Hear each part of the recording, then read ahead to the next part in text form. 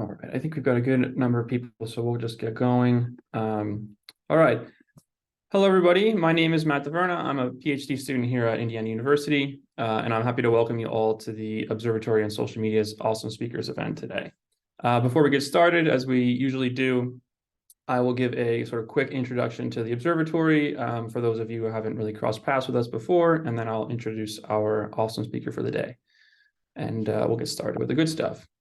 So for those of us who haven't seen the who haven't heard of the Observatory before, the Observatory on Social Media is a joint project of the Luddy School of Informatics, Computing, and Engineering and the Media School at Indiana University. So we call ourselves OSoMe, and OSoMe is an interdisciplinary research group that is interested in all things at the intersection of media and technology, with a focus specifically on social media, as the name implies. We conduct rigorous academic research, build analytical tools and software for both scientists and journalists, and work to educate the next generation of computationally skilled media professionals. If you're interested in learning more about the Observatory, I encourage you to check out our website. At the bottom of the slide there is awesome.iu.edu, where you can find our latest research papers, tools, or really anything else going on with the Observatory.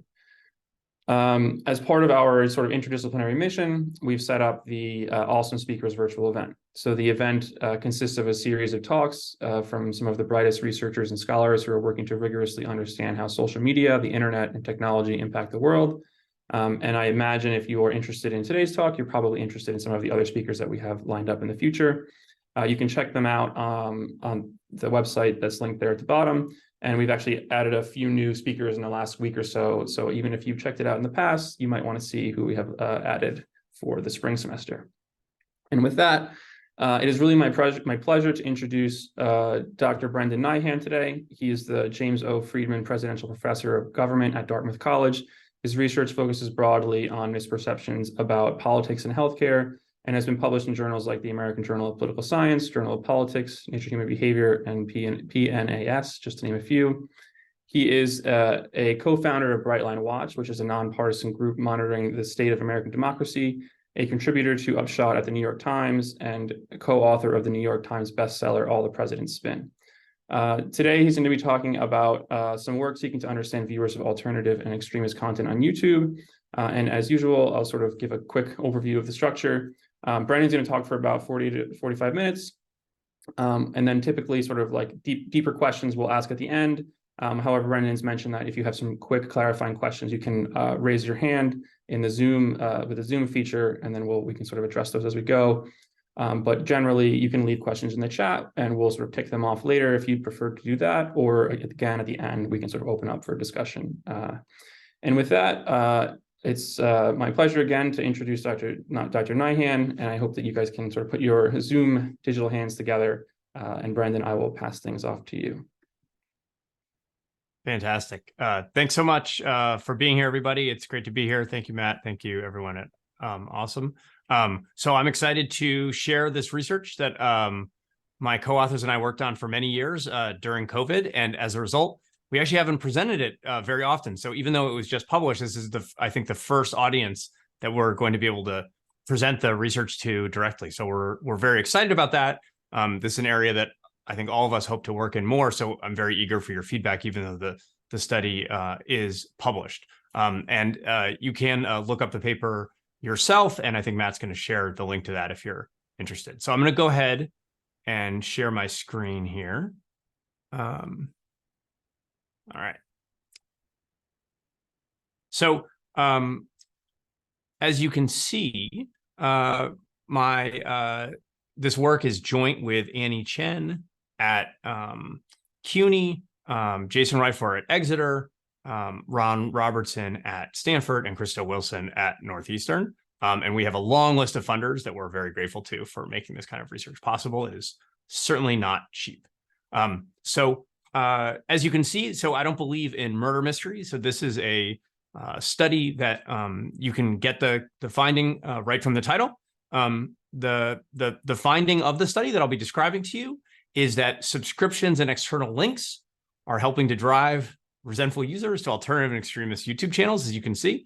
So what I'm going to be talking about today is all of the concern that's emerged around YouTube and in particular its recommendation system, we're going to bring novel empirical data to bear to examine how whether the claims that have been made about that recommendation system are supported in terms of the role it might play in bringing people to channels of concern on YouTube.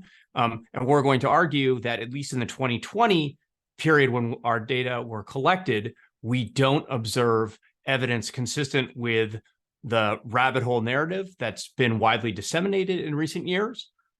There were changes made to the YouTube algorithm in 2019 prior to our study, so we're not able to evaluate those, but at least in the period after those changes, the evidence I'm going to share with you suggests that it turns out that the kinds of content people have worried about on YouTube that may be driving people towards extremism is disproportionately consumed by people who already are highly resentful and who are consuming it, and they're consuming it in a manner that suggests they're seeking that kind of content out by subscribing to those channels or ones like them, and by following external links to that content.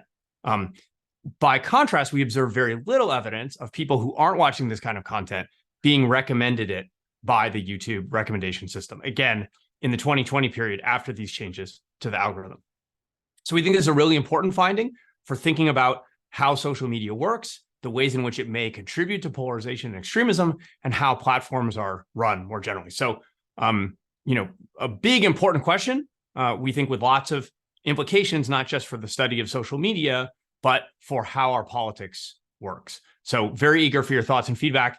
As Matt said, I certainly don't mind being interrupted with clarifying questions at any time. So please just raise your hand. I think that's the setup here, and we'll recognize you. And Matt or Caitlin, if you see someone with their hand raised that I'm not able to see, please do jump in and let me know. Okay. All right. I can't see how my own screen is looking. Is this showing 2 slides to you or 1? 2. Ah. Sorry, preview. Give me a second. 1 screen. There we go. Okay. Perfect. What motivates this study is first the general concern that social media is contributing to polarization and extremism, in particular because of the way it facilitates exposure to false or extremist content of various kinds. That's a concern, of course, we've been talking about for many years now. It's one that was most frequently expressed with regard to Facebook and Twitter, now X. But there's a very important stream of those types of concerns that's been become widespread in recent years, centered around YouTube. Okay, and that's what we'll be focusing on today. In many ways, YouTube is understudied. Evelyn Dueck, who's a prominent law professor studying social media and content moderation, frequently asks, what about YouTube? Because they have received less public scrutiny in general than their view, than their prominence in the media diets of Americans would suggest. But there has been this concern that the way algorithmic recommendations work on YouTube is facilitating the kinds of polarization and extremism that people worry about on social media. In particular, right, the social media platforms, right, have different kinds of structures in terms of how the content that's shown to you or recommended to you is selected. The YouTube right rail recommendation system, combined with the default of auto-playing the top recommendation, was an especially important early step towards driving people towards content, and was therefore the subject of much concern. There's been a claim out there that this is, Google has said this is driving a lot of the watch time on YouTube, and people who were experimenting with what they were seeing on YouTube and the recommendations that they were receiving were describing what they characterized as recommendations that were leading them to more and more extreme content. So there was this idea of rabbit holes, that people were being recommended more extreme content, and in the process of coming to radicalize people. So 2 of the more famous experts and commentators who make this claim is Zeynep Tufekci, in 2018, wrote a column titled YouTube, the Great Radicalizer, where she talked about the platform potentially radicalizing billions of people. Kevin Roose at the New York Times writing about people who've supposedly fallen down the rabbit hole and talking about how that could contribute to their radicalization.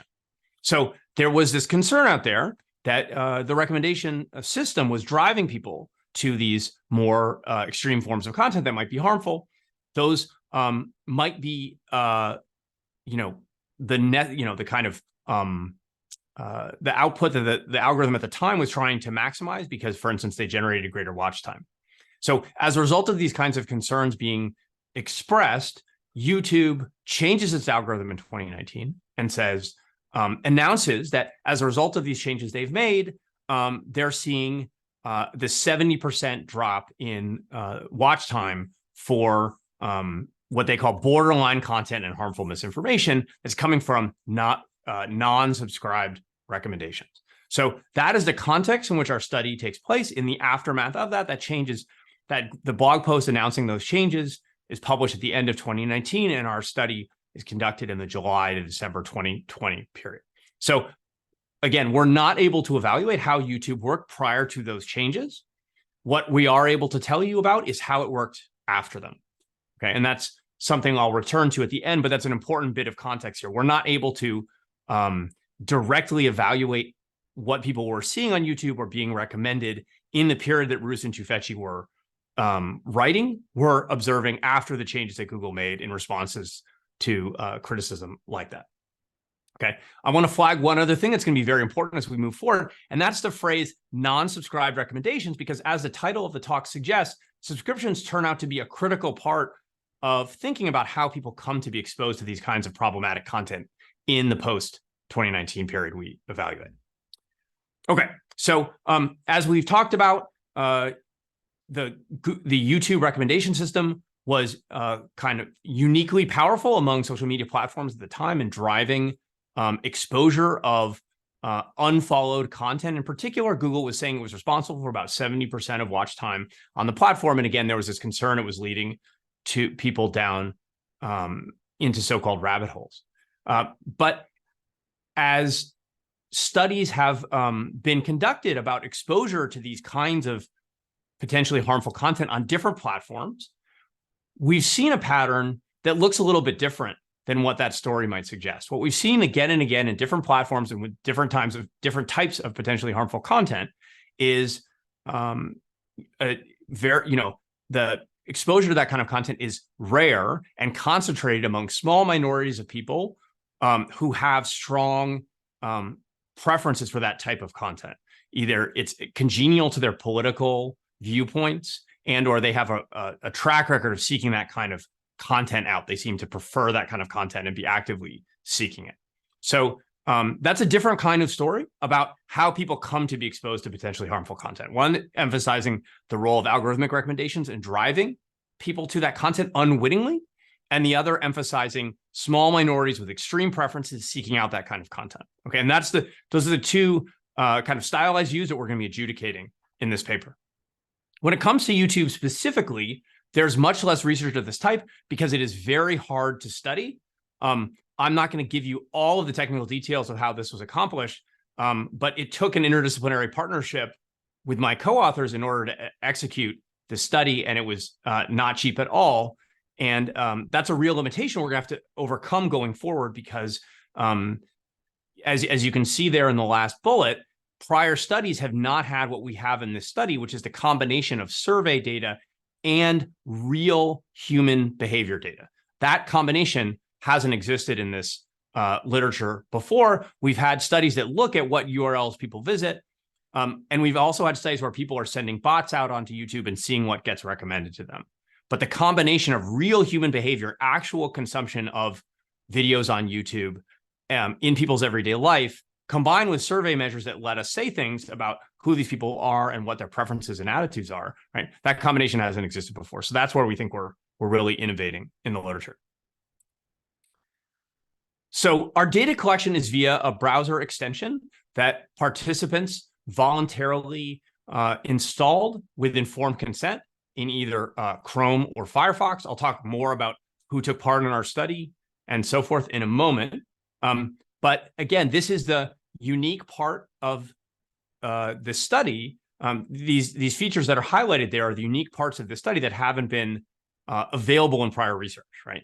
Real web browsing with real people for whom we have survey data. And then importantly, as I'll describe below, we're actually able to capture the recommendations shown to people via the browser extension.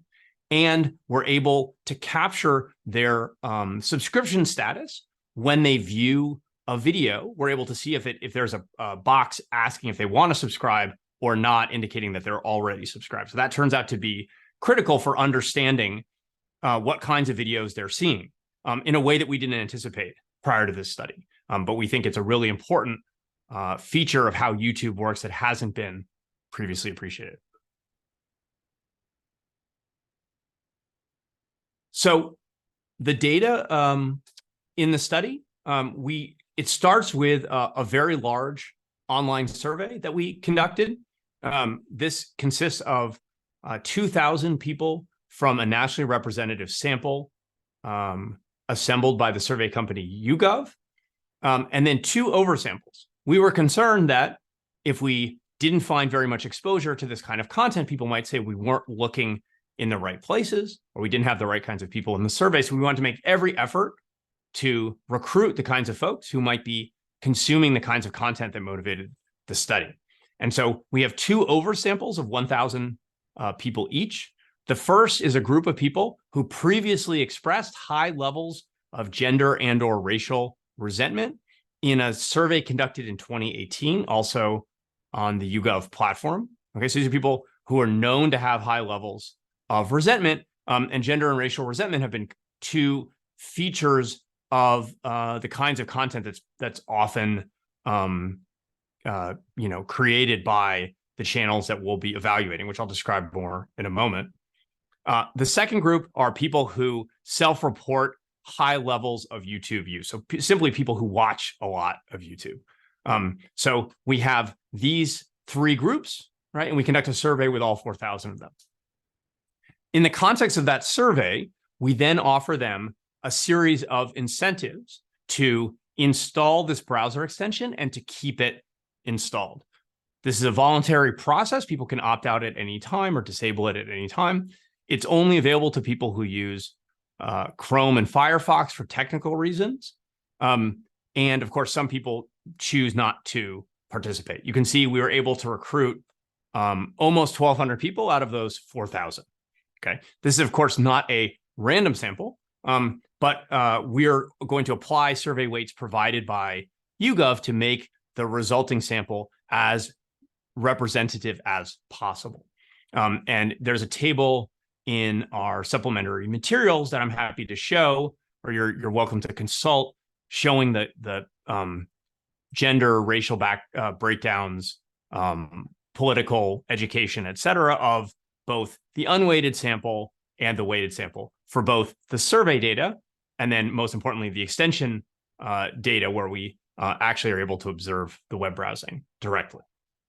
And, these data aren't perfectly representative, but they're unusually large and diverse in this literature where, again, we've typically been relying on data from bots, for instance.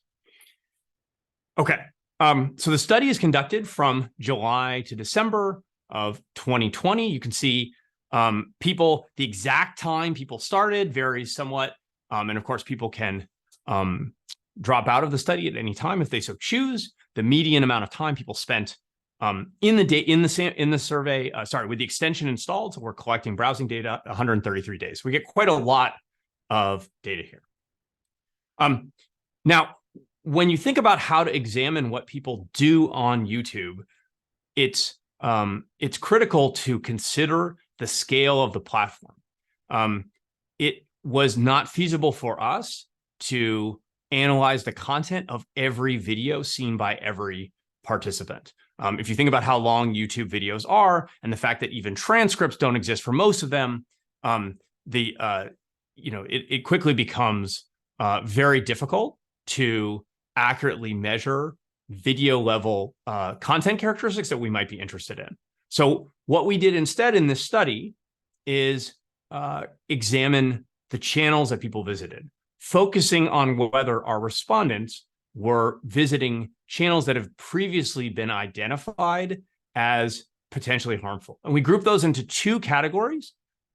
These were drawn from lists that had been compiled by either scholars or journalists who had been looking at this kind of potentially harmful content on YouTube. And we gathered into the alternative channel category that we created, channels that, for instance, focus on so-called men's rights, anti-social justice warrior channels, or others have been listed, for instance, as part of the intellectual dark web. You can see an example of examples of channels like that are Joe Rogan, by far the most popular of those channels in our data, and Steven Crowder, who's a kind of alt-right figure. We then have an extremist category where the indications are even stronger that this kind of content is not just kind of questioning conventional wisdom about controversial issues and rejecting mainstream sources in the way that alternative channels often do, but really expressing views that have been identified as hateful or extremist by subject matter experts. So channels have been identified as white identitarian or explicitly white supremacist, identified as hateful by the Anti-Defamation League, etc. David Duke, the white supremacist politician from Louisiana, in that category. Faith Goldy, this far-right figure from Canada, in that category.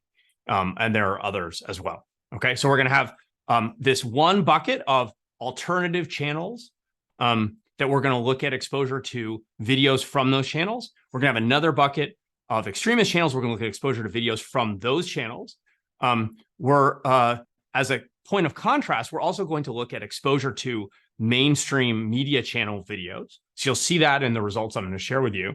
And then finally, there's just a kind of residual category of other channels. Okay, and then of course, other channels is de-emphasized, but I just want to underscore from the beginning, that's the vast majority of what people actually see on YouTube. As you'll see, the sum of the three categories I've identified, alternative channels, extremist channels, and mainstream media channels, represents about 6% of the videos that people watched. The remainder, 94%, come from that other category. But these are of particular concern, of course, and so we're going to zero in on them. There's a lot more detail on the exact procedure we use to select these channels in the supplementary material, so I would direct you there if you want more detail on that. I'm happy to talk about it more. And again, just emphasizing, this is not a video level classification. So for any given video, I can't tell you if it expressed the exact views that put this particular channel in this particular category, right? What we're doing instead is saying who watches this content from sources that promotes this type of content or this type of viewpoint. Okay. So let's get to the results. What do we find? So first, we find that exposure to these channels is relatively rare. So in our study period, again, median duration of 133 days, we find just 15% of our participants ever go to an alternative channel video. In other words, literally ever open it in the browser for which we have browsing data. And just 6% ever load or open an extremist channel video. By contrast, you can see almost 44% of folks at least watched or loaded one mainstream media channel video. Okay, so it's relatively rare for people to see this type of content at all, right? The vast majority of people aren't. You can see there at the bottom when you break down, as I mentioned, the videos that people watch. Only I misspoke slightly. It's about 7% that are from alternative extremist or mainstream channels, and you can see the extremist channels that are of greatest concern represent about 0.5% of what people of the videos that people see on the platform in our data. Okay, so that's the first finding. Exposure to this content is relatively rare.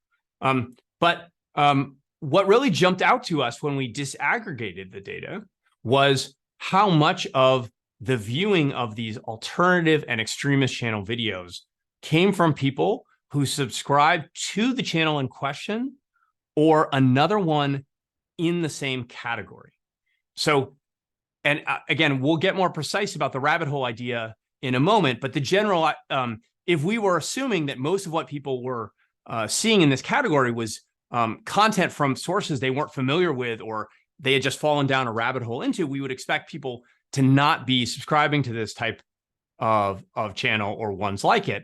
Instead, what we see is the overwhelming majority of consumption coming from people who subscribe to that channel or another one in that category. You can see there for the alternative channels, almost 61% of the views are coming from people who subscribe to that channel, more than 90% from people who subscribe to at least one alternative channel. Similarly, 55% subscribe to the channel in question. For extremist channels, 85% subscribe to at least one extremist channel. So subscriptions appear to play a disproportionate role in the consumption of alternative and extremist videos. I would direct you to the graph there just to notice we don't see the same pattern when it comes to mainstream media channel videos. We don't see that remarkable skew towards people who subscribe to either that channel or ones like it. Now, of course, I will note here, and this is something we can return to in the Q&A if you're interested, there may have been a time when people were recommended this content, then came to subscribe to it, and now they're appearing as subscribed viewers. And that's, of course, true. We're not able to observe the process by which people came to subscribe to these channels. But what I would emphasize to you is the preponderance of evidence that I'm going to share with you today is consistent with the story where people are seeking this kind of content out because it's pro-attitudinal to them. And I'll provide you with a number of pieces of evidence consistent with that argument. But I do want to note that caveat that, of course, recommendations may have played a role at some point in leading people to being subscribers. Okay. The second important finding that we want to highlight after the role of subscriptions in views of alternative and extremist channel videos is just how concentrated viewing is among very small percentages of people, right? Remember I said only about 15% of people saw any alternative channel video, about 6% saw any extremist channel video. But when we actually look here, this is view time, right? We look at concentration of view time. It's so concentrated among tiny percentages of people that we have to have an inset on a log scale there to allow you to see with any visually how the concentration. And you can see there, as annotated on the graph, only about 1.7% of users are responsible for 80% of the watch time on alternative channel videos. Similarly, 0.6% of folks responsible for 80% of the watch time on extremist channel videos, right? So even the people who are viewing this content, the average person, as you can see there at the bottom, is viewing it for a very small amount of time, 1.1 minutes for alternative channel videos, 1.1 minutes per week for alternative channel videos, 0.6 minutes per week for extremist channel videos, even for people who watch that kind of content, right? The median is very, very low, right? But we have these people in the tails who are just consuming this stuff in vast quantities. And that skew, it seems to be driving a lot of the watch time and a lot of the view counts in a way that we hadn't fully understood. But as I noted earlier, it's consistent with this evidence across a variety of platforms that these kinds of potentially harmful or extreme content often have incredibly skewed consumption distributions. There's the small percentage of people who are responsible for a lot of the exposure, a lot of the consumption. Our third finding, right? You remember in the title, I said these were resentful users. How do we know that? Well, we have a prior measure. We have prior measures of racial resentment using a standard scale from the political science literature and a measure of hostile sexism. And we're simply looking at the associations here between those survey measures, as well as people's expressed feelings towards Jews, because there have been concerns about anti-Semitism in the content produced by some of these channels. We look at the association between those attitudinal factors and how much time people spend watching alternative channel videos, extremist channel videos, or as a point of contrast, mainstream media channel videos. Those models that are, these are coefficients from quasi-Poisson models that are represented in these coefficient plots. There's a series, as you can see at the bottom, of basic demographic controls: age, gender, race, and education. And you can see hostile sexism in particular really stands out as the strongest predictor of time spent watching alternative and extremist channel videos. Even when it's included in the model, driving the racial resentment measure to the association with the racial resentment measure to insignificance. So the racial resentment measure is also associated with viewing of this type of content in isolation. But once that hostile sexism measure is in there, it is the strongest predictor. Okay, so some evidence that this kind of content again is pro-attitudinal for people. This is the kind of content, at least the gender-related content, for instance, right? We're seeing people expressing these views. Now, again, caveats here. People may have these views in part because of the content they're watching from these channels, and we fully acknowledge this. This is a cross-sectional association. Again, I noted that there is this correlation with racial resentment, where we have a measure from all the way back in 2018, and we see that measure of racial resentment all the way back in 2018 predicts consumption of these videos as well, to a lesser extent than hostile sexism. So that's at least some evidence from before the more recent period that people who previously had resentful attitudes are consuming more of this type of content. Just giving you a sense of what this looks like, both the distributions of this scale and the predicted effects from the model, you can see it's really at the very top end of this hostile sexism scale that we start to see a real substantively important increase in expected view time on either alternative or extremist channel videos, right? So it's really people at the very top of the scale who are expressing the most resentment in these questions. That's where the action is in terms of driving this kind of viewership. Okay, so let's turn to the recommendations, right? So again, as I described at the beginning, recommendations play a really important role in what people watch on YouTube according to YouTube itself. So we thought it was really important to be able to see in the aftermath of these changes made in 2019, what the content that was being recommended to people looked like. And what you can see here is this figure has two parts. The first is looking at what kinds of videos are being recommended to people, and then how do those recommendations break down when we're thinking about what type of video the participant is already watching. Okay, so part A of the figure is showing you that overwhelmingly people are being recommended videos that aren't in any of our categories of interest: alternative, extremist, or mainstream. And you can see there that alternative and extremist videos together make up only about 2% of the videos that were recommended to our participants during the period we observe. So recommendations of this kind of content are extremely rare.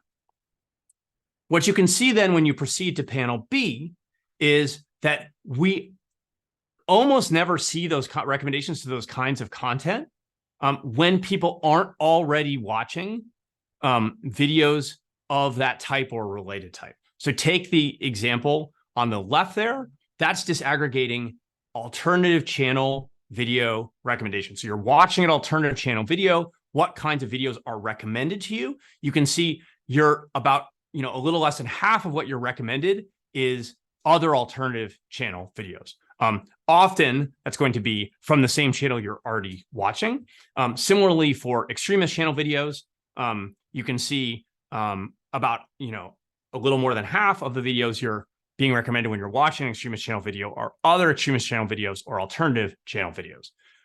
But alternative channel video recommendations are very rare in the 98% of videos that people watch that aren't from alternative or extremist channels. And extremist channel videos are so rare, they're not even represented in that tile plot there in the third and fourth panels of panel B to the right. Okay. A similar pattern here in terms of what people follow. Now, this is about what users choose to do when given recommendations. You can see again that alternative and extremist channel videos make up even less of the recommendations people follow, right? Only about 1% of all follows that we observe were to channels of those types. You can see though, because of course, we've talked about how this is a selected group of people who have strong preferences for this kind of content, and they're interested in it, right? As you've seen, the people watching alternative and extremist channel videos are overwhelmingly subscribers to the channel they're watching or another one in that category. So this is content of interest to them. And you can see, therefore, that they're following it a little more often than they're recommended it, both for alternative and extremist channel videos. But again, for the other categories, vanishingly small. Okay. All right. So you've at least seen evidence here that's consistent with the story of people seeking this kind of content out and these kinds of recommendations being very rare when people aren't already subscribing to or watching this type of these alternative or extremist channels. Now what we're going to try to do is make the idea of a rabbit hole more precise. This is a kind of colloquial idea. It's not really a scientific one. We wanted to make it to pin down a precise definition. So we offered the following definition. What constitutes falling down a rabbit hole, right? And of course, that's something we could argue about all day. We're proposing this as one possible definition. You may have others in mind. We set up the following 4 criteria. The first is you follow a recommendation to one of these types of channels we've identified as potentially harmful, either alternative or extremist. The second is that recommendation has moved you to a more extreme channel type. So in other words, if you're not in an alternative or extremist channel video, it's moved you to either of those. If you're in an alternative channel video, it's moved you to an extremist one, right? So you've followed a recommendation to a more extreme content type. You don't subscribe to that channel, right? Because again, we're thinking about people who are falling into the rabbit hole. They haven't chosen to receive more of that kind of content. They've fallen into it. And so we're going to exclude people who subscribe to the channel in question or others of the type that they're following a recommendation to, okay? Once we make all those exclusions, right? So we think about all the video visits that meet all 4 of those criteria, you can see only 0.01% of the visits we observe meet those criteria. And we only ever observe a pattern of that type among 3% of our participants. That's overwhelming. That's driven by alternative channels, which are more popular and more arguable in terms of the harm they create. Joe Rogan is a kind of figure, for instance, who straddles the border between the mainstream and the fringe. If we limit this to the extremist category, where the potential harms are especially clear cut, you can see only 0.002% of visits among 1% of participants. So this appears to be, in the post-2019 period, a very rare behavior. And in general, you can see recommendations are playing a really key role in, subscriptions are playing a very key role in what people are being recommended. This is one of the ways that YouTube dealt with the criticisms it was facing of, essentially, if you don't subscribe, what our results suggest is they've cracked down on how likely these types of channels are to be recommended. But if you do, then that's your decision. You've opted in, and the system appears to be much more likely to recommend that content to you. Finally, one last piece of evidence before we go to your questions about that's consistent with the story of people following links to this kind of content. So it's consistent with the story of people seeking out this kind of content, because we're going to observe that when we look here at the referrals that people, the referrers that direct people to these alternative and extremist channel videos, what we find is that off-platform referrers appear to play an important role. Okay, that's differentially relative to mainstream media. So you can see, if you look at panel B there, that alternative social networks like the Gabs and True Socials of the world, right? We see extremist channel videos, almost 10% of the views of those are coming from referrals from those sites. And you can see also there's a disproportionate role of mainstream social networks like Twitter in driving people to alternative channel videos. So again, that's consistent with the story of people seeking out this kind of content. They've seen a link that looks interesting to them and they've clicked it. Does that mean they know everything about the video they're about to encounter? No, but it's a kind of behavior that's more active and goal-directed than simply passively receiving recommendations from the YouTube algorithm. So I want to conclude. So we have lots of time for questions. So the main takeaway from this, I think, first is just who's seeing this kind of content. You can see, the evidence from our study, which of course isn't as good as the data we get from Google, but it's, I think, some of the best we've had available to us so far suggests that it's these small groups of users who are responsible for most of the consumption of both these alternative and extremist channels. And those folks disproportionately have highly resentful attitudes on the issues of gender and race.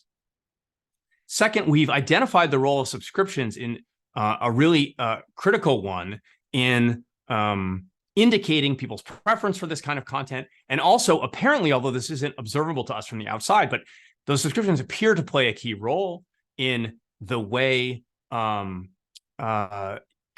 is recommended to people on YouTube. So I think that's a really critical finding, in part because I want to emphasize this is a choice by Google. This is not an inevitability. You don't have to have a subscription functionality for all channels or for any channel in particular. This is an affordance provided by the platform, and it's a way of Google washing their hands of responsibility for these kinds of channels that's helping drive audience to them. So that's a choice, not an inevitability. And I want to just highlight the role of that affordance in driving this behavior. Along the same lines, it's critical to emphasize that none of these findings let YouTube off the hook. The fact that we don't observe evidence for this so-called rabbit hole style finding in the post-2019 period does not mean there's no reason for concern about these issues, right? First, we don't know what happened before those changes were made. Second, even these very small percentages I've been describing to you at the scale of an unbelievably vast platform like YouTube can translate into very large numbers of people in absolute terms. And then finally, I just want to note that many of these channels continue operating on YouTube, and they are implicitly subsidized by the platform. It provides free hosting and an ability to aggregate an audience that can be monetized in various ways. In some cases, YouTube may take enforcement actions against a channel that limit its ability to directly monetize content on the platform. But studies have shown there are many different ways that that creators monetize their audience,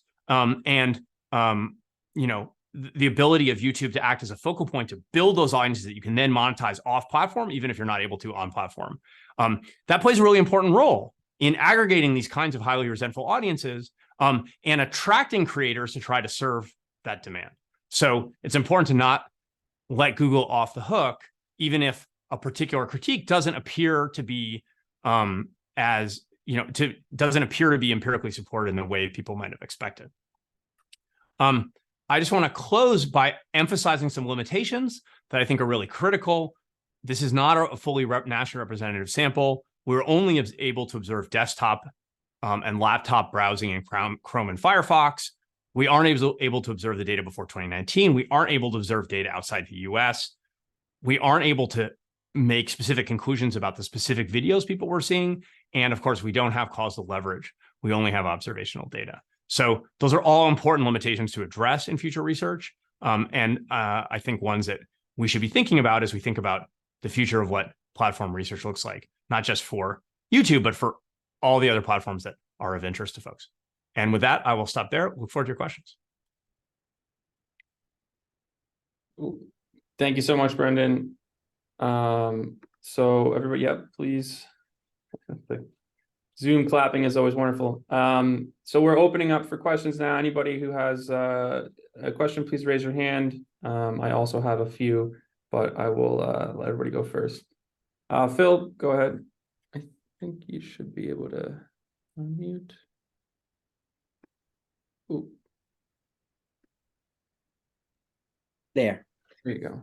Okay, thanks, Brendan. Great talk. And as always, thanks to Matt and Caitlin for organizing. Just a couple of clarification questions briefly. One is the rabbit hole definition. When you gave the results of that, you gave it as a percentage of all the videos watched in the problematic categories. But would it change at all?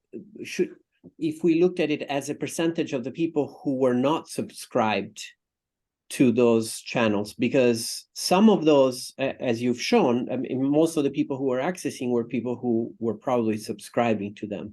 I see. Does that change at all, those numbers? I'm guessing no, but just as a clarification, like I assume they're still very small, but Yeah, they would be right. So they would be larger, right? Because now we're thinking about the people who are not subscribed, of the X%, not a ton because the number of subscribers to these channels is low, but it would make the denominator smaller. Just okay, so that's a small technical problem. Yeah.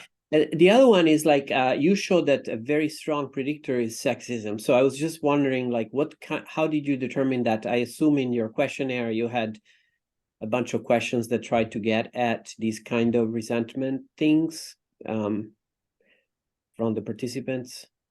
Yeah, I'm pulling up the wording of the question now. Okay, so it's 2 items. Oh, sorry, and I misspoke. The hostile sexism was on the 2018 survey, so that was a kind of a fully pre-study question. So the 2018 cooperative congressional election study, for the respondents who participated in that and also participated in ours, we have answers to these 2 questions. An example of one is, when women lose to men in a fair competition, they typically complain about being discriminated against. And they answer on a 5-point scale. There's 2 questions like that. I can pull up the other. Okay. If you're interested, but that gives you a flavor. Yeah. We also asked that question in our survey administered in 2020. Thank you. Yeah, thank you. Oscar, you can go ahead and unmute yourself. Thank you very much, Brandon. That was an awesome presentation. I have a couple of questions. The first one is a bit more like a technical one. So, what is so how did you define the recommendations is my first question. So, because you have a list of recommendations on the right-hand side of the YouTube channel, of the YouTube video. So is it just you just looked at the first one or the first 5, or all of the ones that you could see on the right-hand side? Or like, because I'd be also interested in seeing the distribution for just the first like 3 or 4 ones, because we have an attention span. That's my first question. Yeah, well, that's a great question. We captured the full set that was available to respondents to get the most data. Not all of them, of course, scrolled down. We conducted various auxiliary analyses on the order in which they were shown and so forth. There may be a few of them in the supplementary materials that are not emphasized. I don't recall any strong differences, but my co-author Ron Robertson was here, so if he happens to be here and want to jump in on that point, he can. But so just short answer, we look at the full set, and I don't have an immediate memory of any differences in order, but certainly be interested. Do you have an intuition about the top set being different in a particular way? I'm asking that back to you, Oscar. Oh, yeah, it could. I mean, my undergrad, in my undergrad, I did a project on this kind of stuff, but I was just simulating people on YouTube. It was 2019, and I saw that it's different when I go to the second video rather than third video. So that was why I was asking, basically. But yeah. Oh, and actually, can I ask, let me just, before you get to your second question, one other point there. The first video is, of course, most important because of the autoplay feature. So let me just add that we found people letting it autoplay was extremely rare. So the disproportionate importance of the first video that you might worry about didn't seem to be driving the consumption patterns we were seeing. It was very rare for people to get all the way through the video and then to sit there passively and let it roll over. I see. Thank you. My second question would be, sorry if I missed it, but another thing that would be interesting to see for me would be to observe how the preferences of these people change. I don't know if it's even possible to do, but did you have a chance to run an analysis on how a user's likelihood of watching an alternative category video or extremist video changes over a period of a week or month once they see an alternative video, for example? Yeah, no, that would be a very interesting study. I think we'd have to think really carefully about the ethics of exactly how to conduct that study. But you could imagine an experiment that randomized exposure to these kinds of videos, and then you'd have to just think about the ethical trade-offs there. On the one hand, we'd like to learn about those effects. On the other hand, in some cases, people might worry about the consequences. So we haven't conducted that. We don't have leverage on it. So just to be specific, we don't have experimental randomization, which is really what you'd want. And we don't have an inline survey. We just have the single survey at the beginning, and then we have the browsing data collection. But I agree, learning more about causal effects is important. And I'll just plug the recent set of Facebook 2020 studies that I was part of, where I think a lot of people's intuitions about causal effects were not supported. So I think we really should test those instead of assuming they're correct. Okay, yeah. Another question that I have, this is just still, but in the correlates of exposure slide, so there was some college and bachelor's degree difference. Does some college meant it could be master's, bachelor's, PhD, everything, anything, or it's just a different category? It's just a little small question. Oh, yeah. So sorry. Thank you.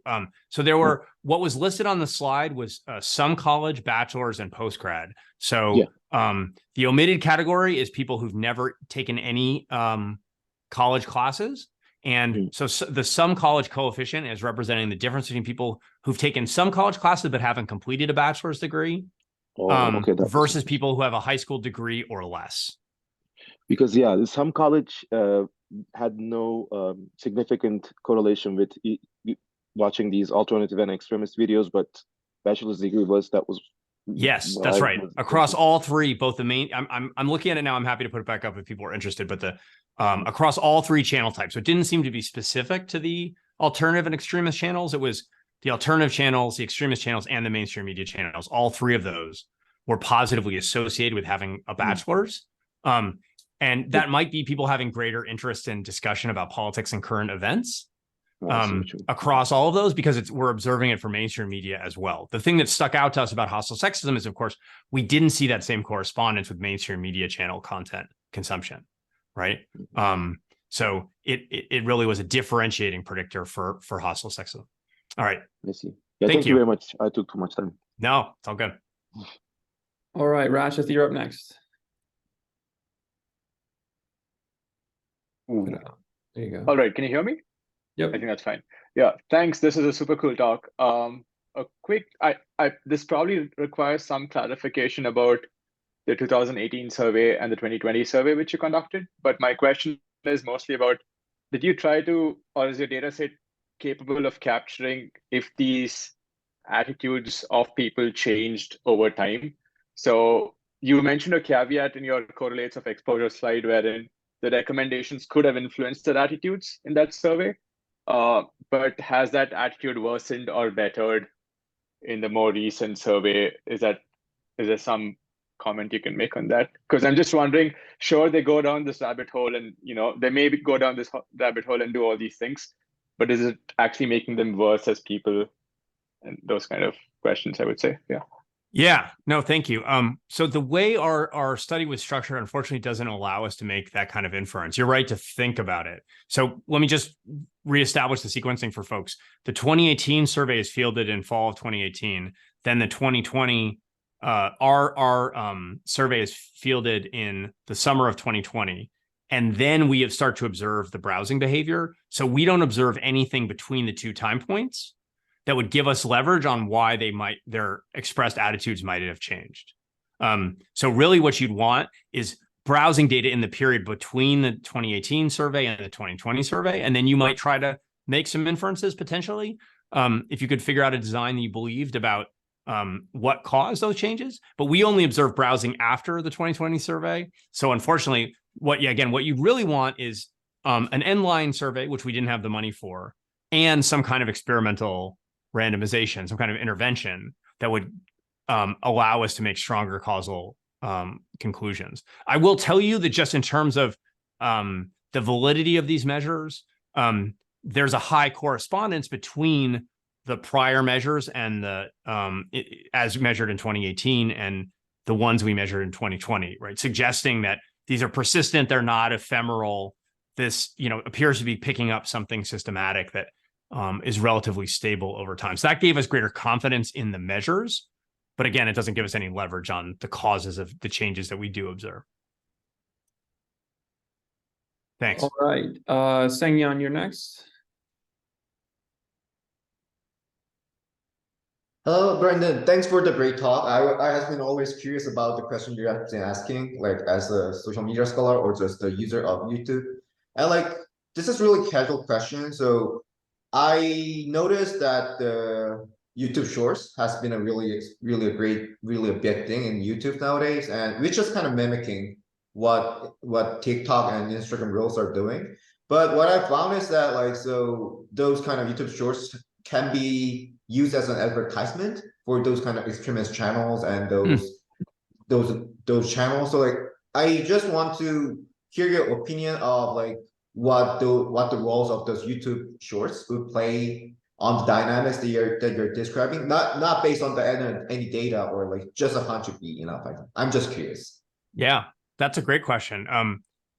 Right, as we go into this TikTok style world, where content is being recommended to people, short video content is being recommended to people directly in a different way than the YouTube right rail. You can imagine as you build new algorithms, right, new vulnerabilities are created, and content moderation may be more of a struggle in some ways because, especially if those are being uploaded by different users, right? Maybe your incentives are different as a creator. Instead of having like, one thing that makes moderation is impossible on YouTube, but one thing is the channels do have a kind of a long-term interest in building their audience, right? They can't keep bouncing around. But you can imagine a world where these short videos, you could have multiple points of entry, multiple different users posting these, like, essentially like what you're describing, like teaser videos. Yeah, that seems like a really important topic or question. I haven't heard that idea before, but I would certainly say it's worth investigating, because also if they're trying it on YouTube, they might also be trying it on the other short video platforms, right? Like Reels and TikTok. And if that's taking place, and again, these newer formats are less well moderated, the algorithms are less refined, the guardrails are weaker, right? It's certainly very plausible that that could be a new way to reach audiences. So yeah, that's really interesting. I don't believe, yeah, I'm almost right. I mean, well, let me ask you, the introduction of that format postdates our study period. Is that right? Is that launched in 2021 or 2022? YouTube Shorts? I think so. I'm not sure. Nyhan. Yes, as far as I remember, like the YouTube Shorts has been introduced after your study has been implemented. So yeah, so like I'm not saying that those kind of things are unobserved in your study, but like I just want to hear your opinion on that. And Yeah, yeah. No, I was just making sure we hadn't missed it. Yeah, no. So yeah, so I mean, and since we're almost at time when we just kind of close on this really important note for everyone who studies these topics, which is the goalposts are always moving. These platforms are always changing, and it's really frustrating our ability to build cumulative knowledge. And this is a perfect example of it.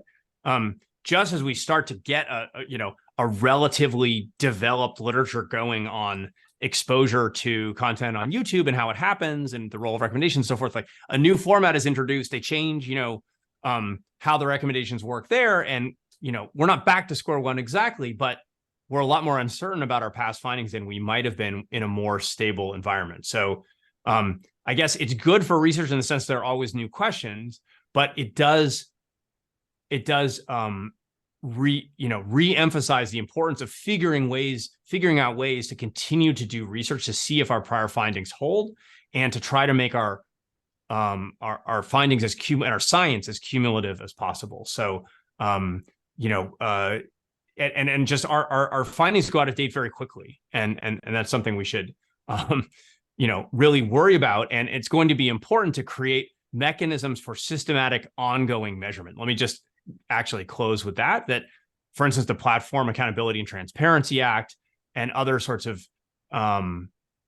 efforts like that could make it easier to do the kind of ongoing monitoring that would help us learn if the kinds of vulnerabilities you're describing as these new formats and features are introduced are leading to problems. Because if you have to depend on my co-authors and me running this extremely expensive study, like we just can't do one of those every 6 months.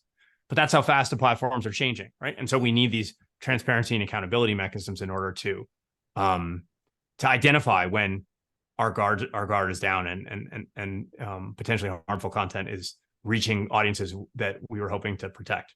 And with that, I'll turn to Matt. Thank you all so much. Thank you, everybody, for great questions, and thank you, Brendan, again for a wonderful presentation and awesome discussion at the end here.